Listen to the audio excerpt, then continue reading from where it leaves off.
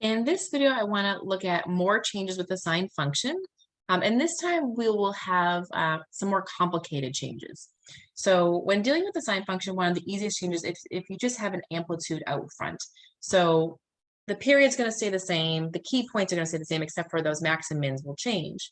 So here we do have a second change. You have an amplitude out front, but you also have an inside multiplier. So I say inside because this will be being plugged into the sine function here. So you can write it this way, or if it helps you, you could write it like this, meaning that, that bx is being multiplied or is being applied into the sine function. That is when you affect the period. So remember, the sine function typically has a period of 2 pi, which means that from 0 to pi, your values are pretty unique, and then it's going to repeat after that. When you have an inside multiplier, it affects the period. It can make it smaller or it can make it longer, or I guess bigger. So what happens is the new period becomes the original 2 pi, but divided by that b. So let's see how that affects everything. So here I have an example, y equals 3 sine of 2x. So notice I have a change here and here. I have 2 changes. Now, your general shape should always stay the same. So you should still have that wave function. If you're getting something really different, then you did something wrong. So all these changes should still maintain the same shape, but again, you'll see tweaks. So the first thing we're going to find is the amplitude. And remember, that's the value out front. So our A here is 3. Absolute value of 3 is 3. So you're still going to see that the y value max is going to be 3 here, and the y value min is going to be -3. So that's how our height gets affected. Now, for that inside multiplier, that's going to affect the period. So the original period of the sine function is 2 pi, and I have a multiplier though, so I'm going to divide that by b. Our b here is 2. 2's cancel, and we're left with just pi. So this actually shrinks the period, which means that it's kind of oscillate faster. So we're going to kind of see that curve get smushed in a little bit, so that you're seeing that one loop over 0 to pi instead of 0 to 2 pi. We're still going to find our 5 key points. So remember, those are your 3 x-intercepts, your max, and your min. Okay, so we're still going to find those 5 key points just within one period, and then we can repeat that over and over again. So we start with whatever our starting point is.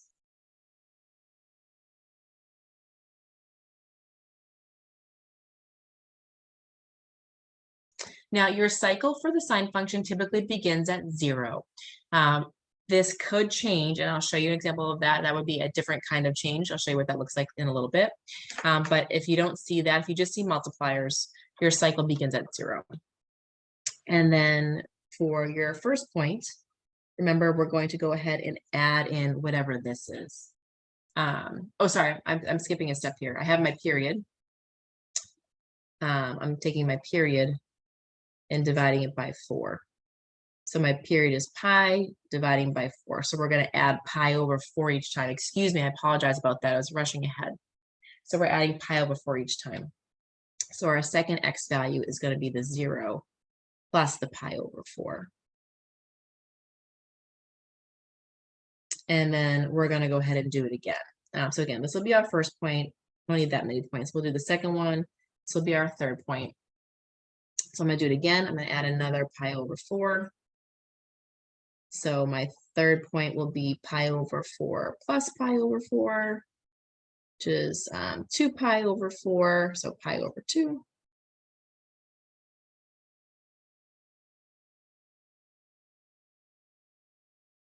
Take my pi over 2, add another pi over 4. Again, you have a little bit of algebra, I guess not algebra, arithmetic to do there, right? You do want to have common denominators and things, and you get 3 pi over 4. And then your last point, we'll do it one more time.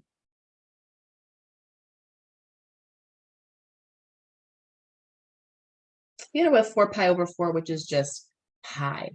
Now this makes sense. Notice that our period was pi, so we're ending at pi. That's usually a good check. Again, if you have a really complicated sine problem where things have really shifted around, you have a lot of pluses and minuses, then that may change. But if you have just multipliers here, you should see that, you're probably ending with your period of pi there. So that looks good. So I'm going to go make a chart on the next page so I can start figuring out my y values. All right, so my key values were 0, pi over 4, pi over 2, 3 pi over 4, and pi. Excuse me. That was my equation. And now I'm going to go ahead and start plugging everything in. So I have 3 times sine of 2 times 0. Well, 2 times 0 is 0, and sine of 0 is 0. So I end up with 0 for my first y value. Then I do it again, 3 times sine of 2 times pi over 4. Well, 2 times pi over 4 would be pi over 2. And then sine of pi over 2 is 1.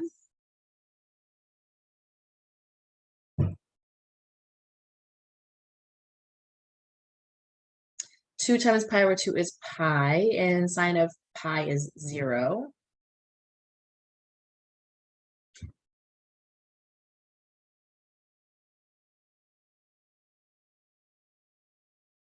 For the next one, let's see, I have 2 times 3 pi over 4. So I end up with 6 pi over 4, or 3 pi over 2, which is -1. Sine of 3 pi over 2 is -1, so I have -3. And then finally,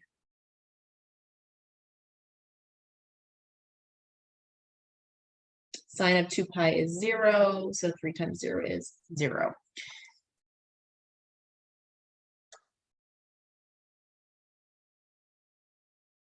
All right, so we're going up to 3 here. Again, I'm not going to worry too much about the scaling.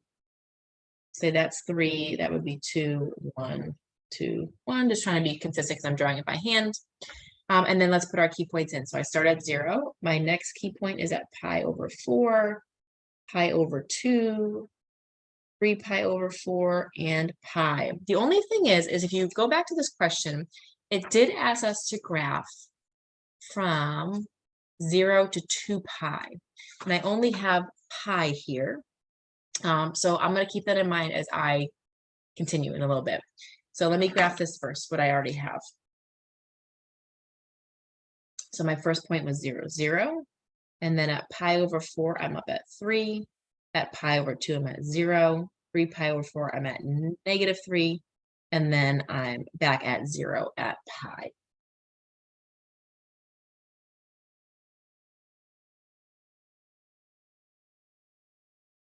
Okay. Now what's going to happen here is that this is periodic. So it is going to keep repeating over and over again. So I can use my values here to help me graph the rest of it. So let's say I have 1, 2, 3. So 1, 2, 3 in between, and then I would be back at the end. So this would be 2 pi here. And you're just going to follow the same pattern. So as I start at 0, 1 spot in, I was up at 3. Then I was back at 0. Then I was down, and then I was here. So you're going to go ahead and just keep repeating that. Now, if you need the other values here, remember that our pattern was that we added pi over 4 each time. So this next one would be 5 pi over 4 if I add pi plus pi over 4. So we could just keep finding those x values by repeating that whatever we added on the page before, we just keep adding, and you can get the next tick mark along the axis. So that's our graph. If you want to do the original graph just to kind of compare it, you did start at 0, 0. And then at pi over 2, you were at 1. And then you were back here at pi. And then at 3 pi over 2, you were at -1. And then you were back here at 2 pi. It's a little squished, my drawing, so kind of bear with me. You can try it on Desnos to see it a little bit better. But you can see here 2 changes. One, that 3 multiplier made everything kind of grow it vertically. So you have a higher max and a lower min. And then that 2 here affected the period. So our period of the sine function is usually 0 to 2 pi. We only see kind of one complete wave from 0 to 2 pi. But here our period changed to pi. So you actually have that 2 waves there instead, right? So we did have a change in period. So you're having that it's really kind of oscillating faster there. So that's one change to watch out for.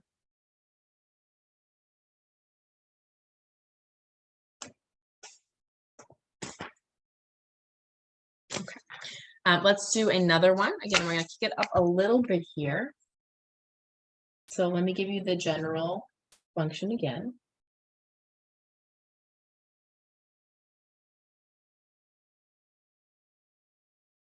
So again, amplitude is still the absolute value of A. Your period is still going to be 2 pi over B. But what's happening here now is I'm bringing in it could be addition or subtraction really, but an addition or subtraction piece inside the sine. So that's key, right? It's inside the sine. And when this happens here, you actually have what's called the horizontal shift, which means it takes the graph and it moves it left or right. So this is when you affect your starting point. So we're not necessarily starting at 0 now. That there is going to affect that, and that's called a phase shift. Or it creates a phase shift, I will say. So the number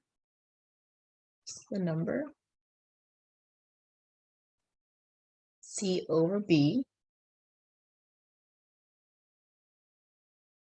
is called the phase shift.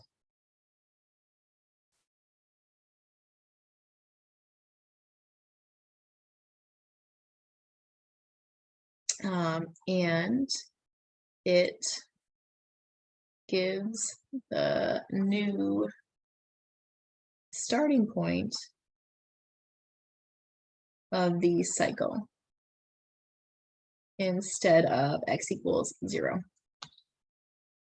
Okay.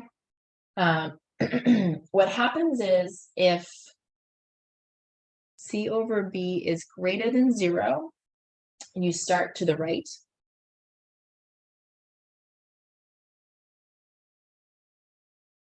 And if C over B is less than 0, so you actually end up having a plus sign in here instead, this shift is to the left.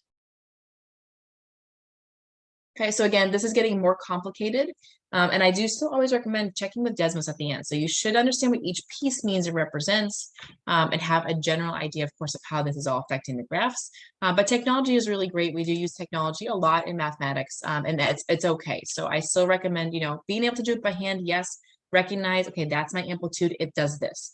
This is the value that affects the period, that means this. Now this is the phase shift. So my starting point is not at 0 necessarily, it's going to be shifted over left or right. It's a horizontal shift. So understanding what each piece does is important, but it's okay to check with technology. These get pretty complicated quickly. So let's do an example here.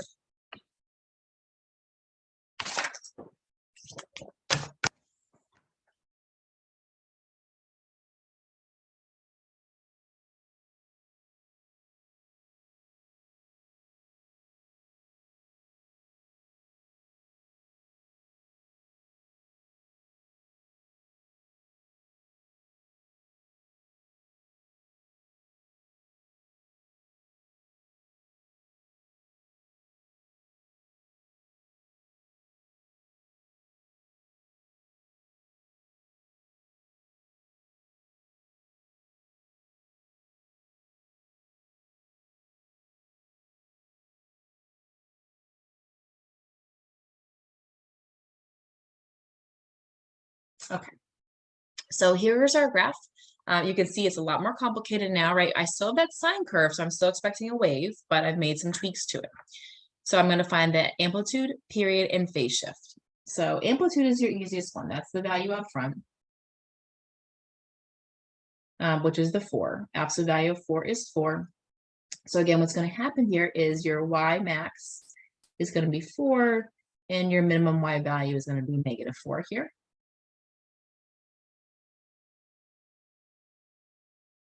Your period is 2 pi over b. And remember, this is your b, whatever's with the x. So 2 pi over 2 means my period is going to be pi here instead. And I do have a phase shift, right? I have this change here, this subtraction.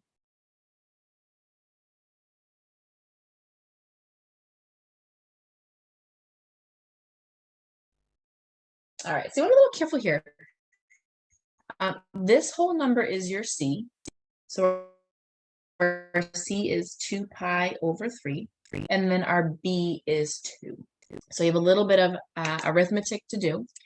I'm going to multiply by 1/2 in the top and the bottom. That will cancel out the denominator for me. And then I'm going to multiply straight across, and I have 2 pi over c and pi over 3 once I reduce that fraction. Okay. So it's going to start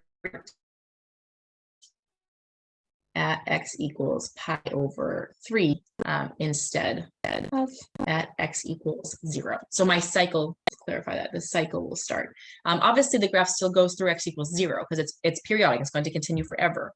But the cycle starts at pi over 3 instead of 0. So when we find those 5 key points, this is when that's important.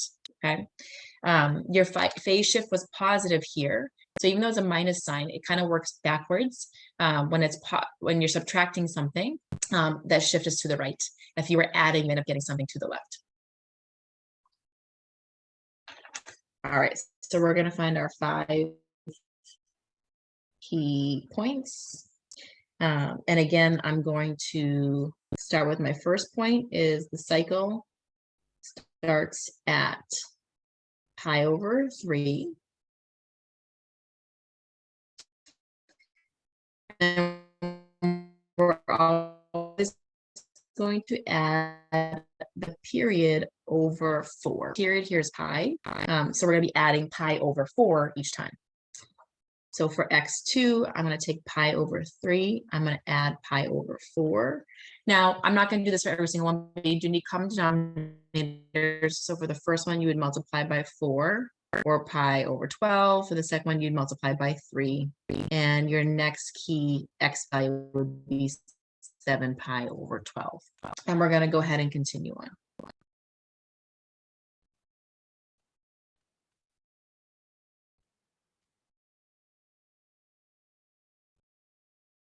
So this would go ahead and give us 10 pi over 12. Again, you have to have common denominators, or 5 pi over 6 once I simplify.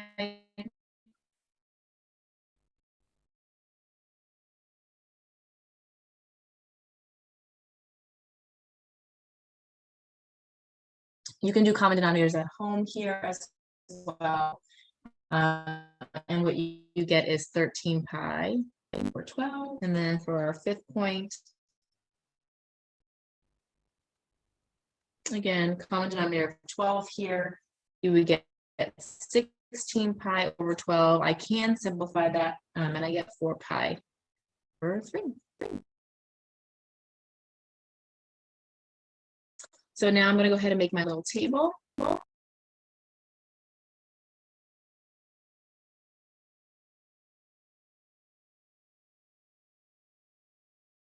All right, I may not be able to fit this in here. Let's see, 1, 2, 3, 4.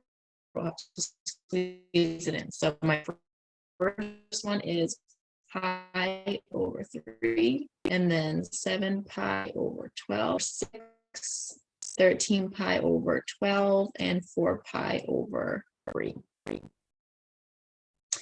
And I'm going to go ahead and I'm going to plug those values in. So y equals 4 sine 2 times pi over 3 minus 2 pi over 3. And you can see you have a bit of work here to do. So 2 times pi over 3 is 2 pi over 3 minus 2 pi over 3 happens to be 0. And sine of 0 is 0. So our first y value is 0.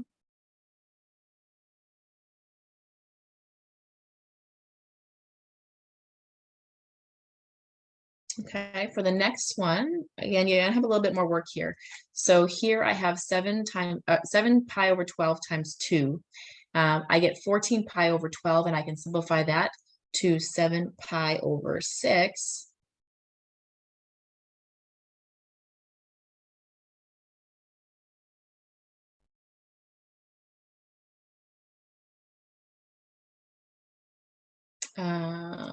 Oops, hang on. So this is 7 pi over 6 minus 2 pi over 3. So I still have to subtract this value here. You would need common denominators, denominator of 6 here, so this becomes 4 pi over 6. So 7 pi minus 4 pi is 3 pi over 6.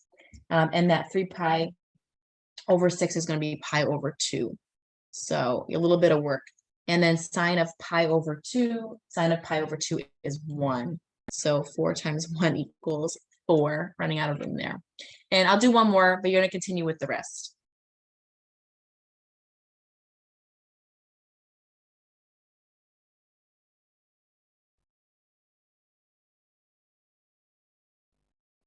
All right, so 2 times 5 pi over 6, it's going to give me 10 pi over 6, but I can simplify that into what? 5 pi over 3 minus 2 pi over 3. 5 pi over 3 minus 2 pi over 3 is 3 pi over 3, which is just pi. And then sine of pi is 0. So you're going to continue, same thing, just plugging in and simplifying. And what you'll get for the next value is -4. And then you will get 0 again. So I do have my key points here.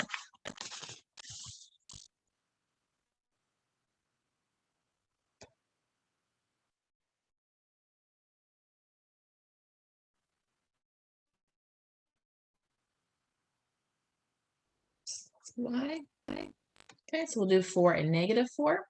Now, don't forget our cycle starts at pi over 3. So I'm just going to move that a little bit. We'll call this pi over 3. And then 7 pi over 12, 5 pi over 6, 13 pi over 12, and 4 pi over 3. So my cycle starts here. So my first point, and my y value was 0, and then my y value was 4, 0, -4, and 0. Okay. And we only had to graph one cycle of this. So that is one cycle, but this would continue. So, I mean, again, it would keep going on and on forever. So you just want to keep that in mind. And you can find the next iterations here by adding the same value we did here. So again, or here by subtracting that pi over 4 again, and so on. So I can keep going there to get the rest of my my graph. And you can also see it on Desmos. So you can check that you did this okay on Desmos, which I do highly recommend as well.